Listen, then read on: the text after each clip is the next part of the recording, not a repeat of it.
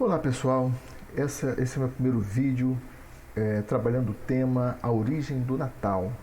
Então eu quero compartilhar com você, a partir desse vídeo nós estaremos fazendo alguns vídeos numa série de vídeos falando sobre a origem do Natal, sobre os símbolos do Natal, de onde vieram, como é que surgiram e como essa festa se integrou à festa cristã. No mês de dezembro, em quase todo o mundo, se comemora nesse período aquilo que nós chamamos de Natal. Mas o que é o Natal?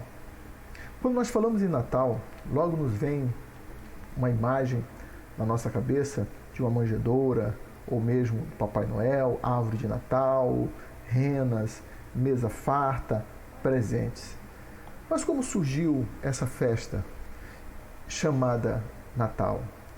Como surgiu e como ela foi integrada dentro do calendário cristão? Nós vamos ver então a partir de agora. A celebração natalina, ela surgiu, na verdade, muitos anos antes de Cristo. Pelo menos, segundo alguns historiadores, 7.000 anos antes de Cristo já se celebrava o Natal. Porque o Natal, a palavra Natal significa nascimento, e dizia respeito justamente do nascimento do Sol no hemisfério norte, quando eles viviam um forte período de inverno, onde o Sol sumia, desaparecia, e aquele inverno rigoroso levava as pessoas a desejar o retorno do Sol, o aparecimento do Sol. Isso acontecia então no solstício de verão, e quando surgia o Sol, então eles celebravam o nascimento do Sol. Então, na região do hemisfério norte, ocorre o que nós chamamos de solstício de inverno, e isso trazia um período de grande trevas sobre a Terra, porque era um período em que o Sol ele não surgia, ele não brilhava, que era o período de inverno. Então, os povos naquela região, eles então, quando se aproximava o solstício de verão, que é, ou seja, a chegada do Sol para trazer o verão sobre a Terra, eles então faziam festas, eles acendiam fogueiras, eles ornamentavam as ruas com flores e galhos verdes e faziam tudo para agradar os seus deuses e pedir que o inverno cessasse e que o Sol então retornasse redivivo no início da primavera. Então, por isso então, quando chegava o solstício de verão, que era quando o Sol então aparecia, era como se ele renascesse, levando então o povo a celebrar a vitória do Deus Sol, que era representado pela divindade chamada Mitra, que era a principal divindade ali dos nórdicos.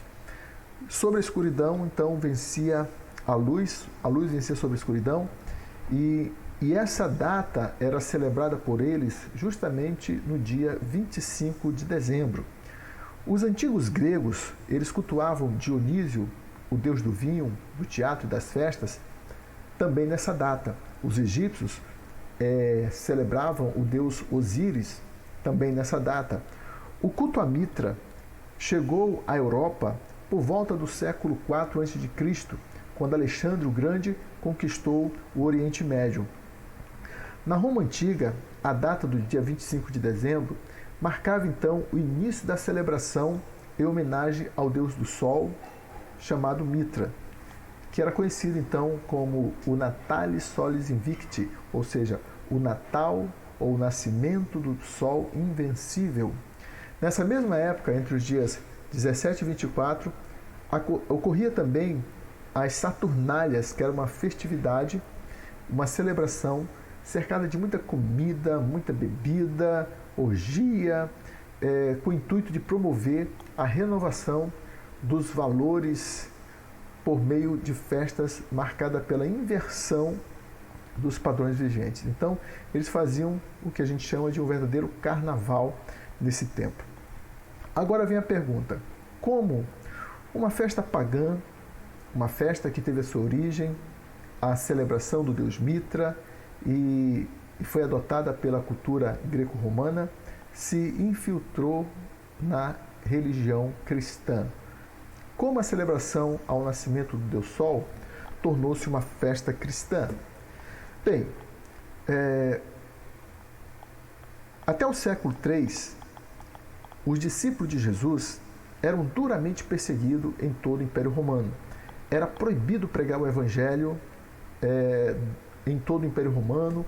O sinônimo de cristão era sinônimo de morte. Porém, no dia 13 de junho de 313, o imperador Constantino, ele edita ou promulga uma lei que suspende a perseguição aos cristãos, dando então liberdade e tolerância para que os cristãos pudessem então cultuar, pudessem então fazer os seus cultos sem sofrerem nenhuma perseguição.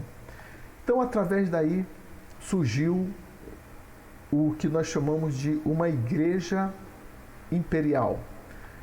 O culto ao Sol Invicto foi celebrado até o edito de Teodósio, no ano 380, que estabeleceu então o cristianismo como uma religião oficial do Império Romano. Então, o imperador Constantino, em 313, ele suspende a perseguição aos cristãos, e em 380, o imperador Teodósio torna o cristianismo como a religião oficial do Império Romano. Só que, a partir daquele momento, a igreja criada pelos romanos, ela estaria no controle doutrinário da fé cristã. E aí então surgiu a famosa Igreja Católica Apostólica Romana. A liderança da igreja naquela época, indicada pelos imperadores, eram homens que não tinham nenhuma vocação espiritual, que não havia nenhum preparo espiritual para serem ministros do Evangelho, para liderar uma igreja. O cargo era simplesmente apontado pela decisão do imperador e por amizades e por estratégias políticas, somente assim. Então, a Igreja Católica, criada por Roma, a fim de cristianizar uma festa pagã que já acontecia a longas datas no Império Romano, ele então decide oficializar, por volta de 350, através do Papa Júlio I, a data do dia 25 de dezembro como o nascimento de Jesus. Então, a partir daí, começou então a se impor em todo o Império Romano que, a partir daquele momento, no dia 25 de dezembro, o povo não celebraria mais a mitra, mas sim ao nascimento de Jesus. E assim então, por meio da imposição da Igreja Católica com apoio do Império Romano, começou a impor essa data para as pessoas, e isso então começou a ter uma desenvoltura muito maior. Veja bem, apesar do Natal ter a sua origem pagã, como qualquer curioso que for fazer uma pesquisa, até mesmo superficial, vai perceber, Jesus ele não nasceu de fato no dia 25 de dezembro. Então, a data não foi colocada baseado em história, arqueologia ou qualquer fundamento histórico para determinar a data de Jesus, ou seja, a data do nascimento de Jesus. Foi colocado simplesmente para ofuscar a celebração pagã ao deus Mitra. Então, apesar da celebração do Natal ter a sua origem pagã, nós vimos que, com o passar do tempo, com o passar dos anos, a mensagem do nascimento do Redentor foi tomando força a ponto de hoje, em pleno século XXI, a figura de Mitra ela desapareceu totalmente do cenário do Natal e entra então a figura do menino Jesus. E é celebrado em todos os países ocidentais e em alguns dos países orientais também. Comemora-se então no dia 25 de dezembro o nascimento de Jesus. Então, apesar da origem da celebração do Natal ser pagã, isso também não invalida outro fato, que foi o nascimento de Jesus. Não é porque Jesus não nasceu no dia 25 de dezembro que não houve um nascimento. Então, Jesus nasceu, ou seja, houve um nascimento. E o que implica isso? É verdade que nenhum dos discípulos de Jesus, nenhum dos apóstolos ensinou, ou mesmo o próprio Jesus, que deveríamos celebrar o seu nascimento. Não, muito pelo contrário. Nós fomos instruídos pelo próprio Senhor para celebrar a sua morte, porque a morte de Jesus tem mais significado para nós do que o seu nascimento. Porém, é interessante nós entendermos também o porquê Jesus nasceu naquele período e naquele tempo. A doutrina da encarnação do Verbo, citado por João, no capítulo 1, versículo 1 do seu Evangelho, diz respeito à vinda do Salvador e Rei, que nasceria para cumprir uma missão profética sobre a terra. Então, o nascimento de Jesus foi um fato que aconteceu. Independente de hoje celebrar o dia 25 de dezembro, Jesus nasceu. Naquela época havia uma expectativa, 2000 anos atrás, da vinda do Mashiach, assim como hoje existe no meio judaico uma expectativa da vinda do Messias. Os judeus acreditavam que o Messias, como até hoje eles também acreditam, que o Messias surgirá e eles não saberão de onde ele vem e como é que será essa pessoa. Eles acreditam que ele simplesmente vai surgir e vai aparecer. Porém, quando Jesus ele se manifestou e se revelou para os judeus, eles conheciam o pai de Jesus, conheciam a mãe de Jesus, conheciam os irmãos de Jesus, e eles então não aceitaram o testemunho de Jesus como se ele fosse o Messias, porque eles conheciam Jesus, sabiam quem ele era. Agora, o que eu acho interessante nessa história toda é que, apesar da rejeição que os judeus têm a Jesus quanto ao Messias, eles não negam o fato do seu nascimento. E é isso que nós queremos falar com você nesse momento. No livro de João, ou na Epístola de João, no capítulo 4, versículo 2 a 3, ele diz assim, nisto conhecereis o Espírito de Deus. Todo espírito que confessa que Jesus Cristo veio em carne é de Deus. Todo espírito que não confessa que Jesus Cristo veio em carne não é de Deus. Então João está falando acerca da encarnação de Deus, ou da encarnação do Verbo, que é uma das doutrinas pregada no meio cristão.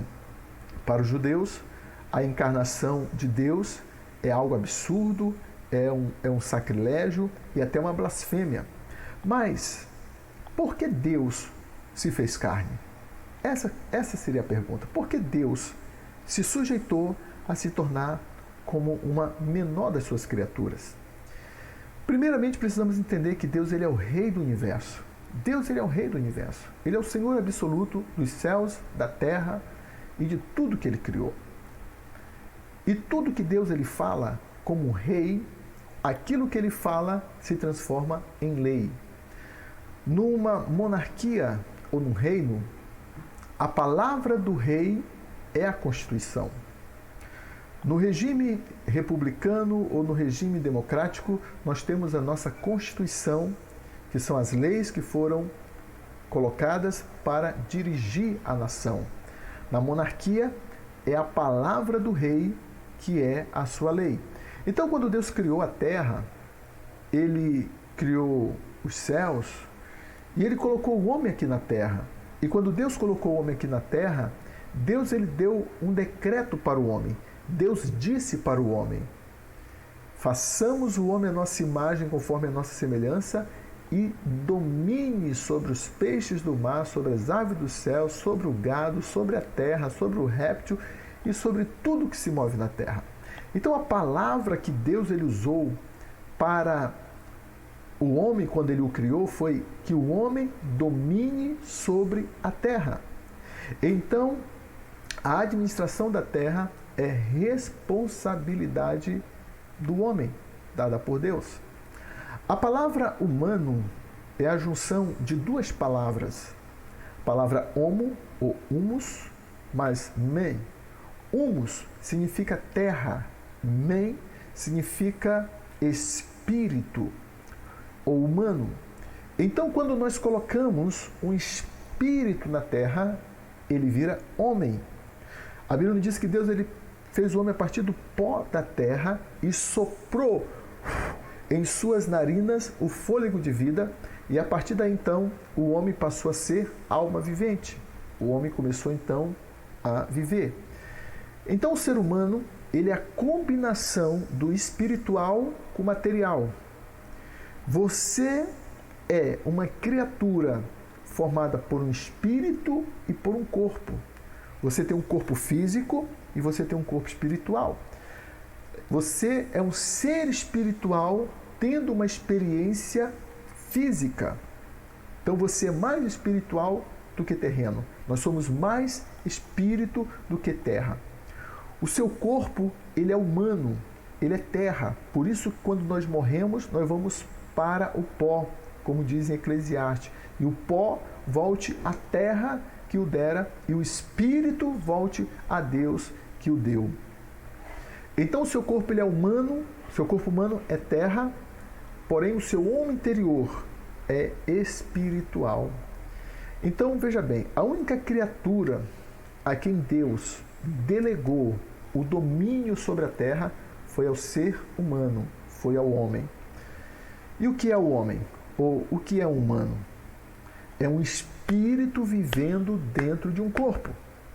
Por isso, qualquer espírito que não estiver dentro de um corpo não tem legalidade sobre a terra.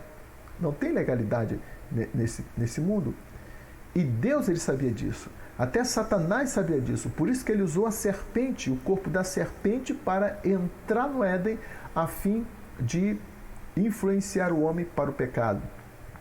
Então qualquer espírito que estiver fora do corpo ou sem um corpo, ele não é legal aqui na terra. Então Deus, desde o seu princípio, ou desde do começo do seu projeto inicial, era estabelecer aqui na terra o seu reino. Era trazer o reino de Deus para a terra. E por causa do pecado do homem, Deus então, para trazer o reino de Deus para a terra, o que é que ele faz?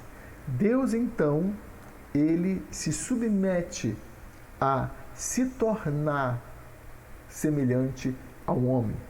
E é por isso então que Deus, ele não poderia vir ao planeta Terra sem um corpo. Por isso que Deus não interveio naquele momento que o homem pecou, porque Deus ele é espírito. Não por ele ser fraco, não por ele ser impotente, mas por causa da sua palavra. Deus ele não fere, Deus ele não volta atrás do que ele diz.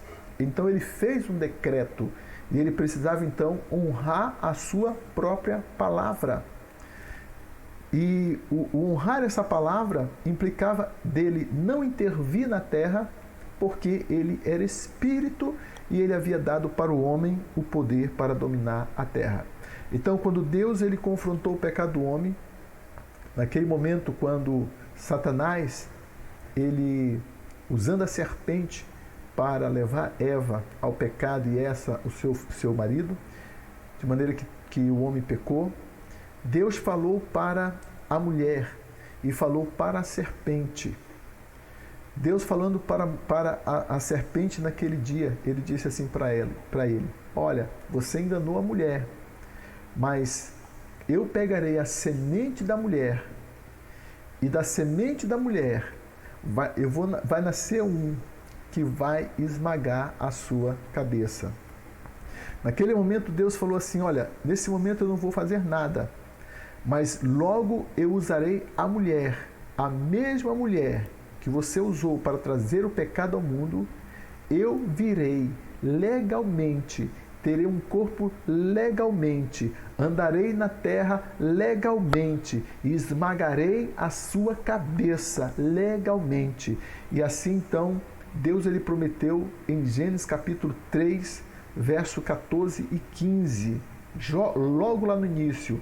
E Paulo então, entendendo a revelação de Deus através do Mashiach, na sua epístola aos Gálatas, capítulo 4, versículo 4 a 5, ele diz: e vindo a plenitude dos tempos, Deus enviou seu Filho, nascido de mulher, nascido debaixo da lei, a fim de redimir os que estavam sobre a lei. O profeta Isaías também já profetizara: a virgem conceberá e dará à luz a um filho, e o seu nome será Emanuel, que quer dizer Deus conosco.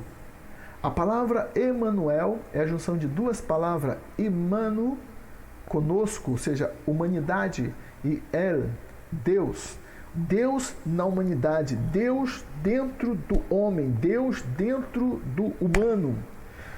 Deus, então, pelo seu poder, pela sua autoridade, ele fertilizou o óvulo no útero de Maria. Ora, se Deus ele teve poder para criar os céus e a terra, eu pergunto para os senhores, se um cientista tem poder para fecundar um óvulo de uma mulher no útero, Deus não teria também poder para fazê-lo?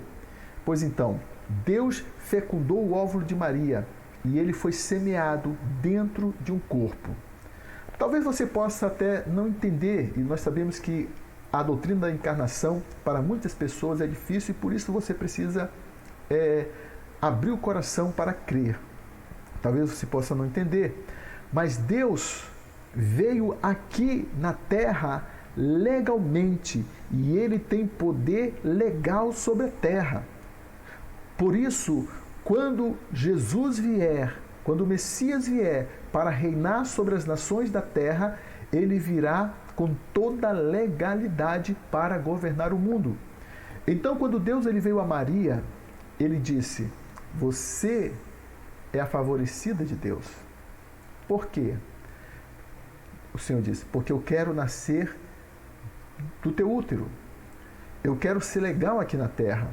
E Maria então disse: eis-me aqui, faz como disseste. E a palavra de Deus falou ao útero de Maria e a carne se juntou à palavra e agora Deus estava dentro do útero de uma mulher. João 1, verso 1 e o verso 14. No princípio era o Verbo, e o Verbo estava com Deus, e o Verbo era Deus. O Verbo se fez carne e habitou no nosso meio. Quando Deus projetou o corpo da mulher, na verdade, ele estava pensando nele mesmo. O corpo da mulher foi projetado para gerar uma criança. Mas, eu não sei se você sabe, mas quando uma criança ela é gerada no ventre de uma mulher, aquela criança ela é tida como um objeto estranho no corpo. Por isso que a mulher sente enjoo, passa mal, porque é uma forma do corpo querer tirar aquele objeto estranho. Porque a criança que está no ventre daquela mulher, o sangue que corre, a veia daquela criança, não é o sangue da mãe. O sangue da criança nunca se mistura ao sangue da mãe. Deus ele fez dessa maneira, porque ele estava pensando justamente na redenção da humanidade. Ele estava pensando no seu projeto de resgate do homem. Quando uma criança está no útero, o sangue dela não se mistura com o da mãe. Então a criança é completamente separada da mãe. É considerada até mesmo como um corpo estranho. Então a mulher carrega por meses um bebê, porém o sangue dela não se mistura. Então Deus disse a Satã: te peguei, eu fiz uns ajustes para vir a raça humana. Aquele ser humano que está no ventre daquela mulher será sem pecado. O seu sangue não irá se misturar ao dela. Será um sangue santo. Será o meu sangue, o sangue de Deus, o sangue do Eterno. Ele não vai se misturar ao sangue dela. Portanto, eu estarei legalmente na terra. Por isso, o seu sangue será capaz de limpar todo o pecado do mundo. Por isso podemos dizer que o sangue de Jesus, ele possui o próprio DNA de Deus. A combinação dos cromossomos foi Elohim, Adonai misturados juntos. É por isso que podemos dizer: há poder no sangue de Jesus. Isso não é apenas uma expressão de um crente fanático, mas há poder no sangue de Jesus. Nós fomos comprados por esse sangue, fomos redimidos por esse sangue, fomos lavados por esse sangue, fomos perdoados por este sangue e somos santificados por esse sangue e libertos por esse sangue. O sangue de Jesus não era o sangue de Maria, não era o sangue humano que corria na sua veia. Maria, na realidade, foi salva através desse sangue. Foi por isso que Deus se fez carne. Então eu quero dizer para você, Feliz Natal, porque nasceu o Salvador do mundo, aquele que veio para te salvar, Jesus, o Senhor. Que Deus te abençoe.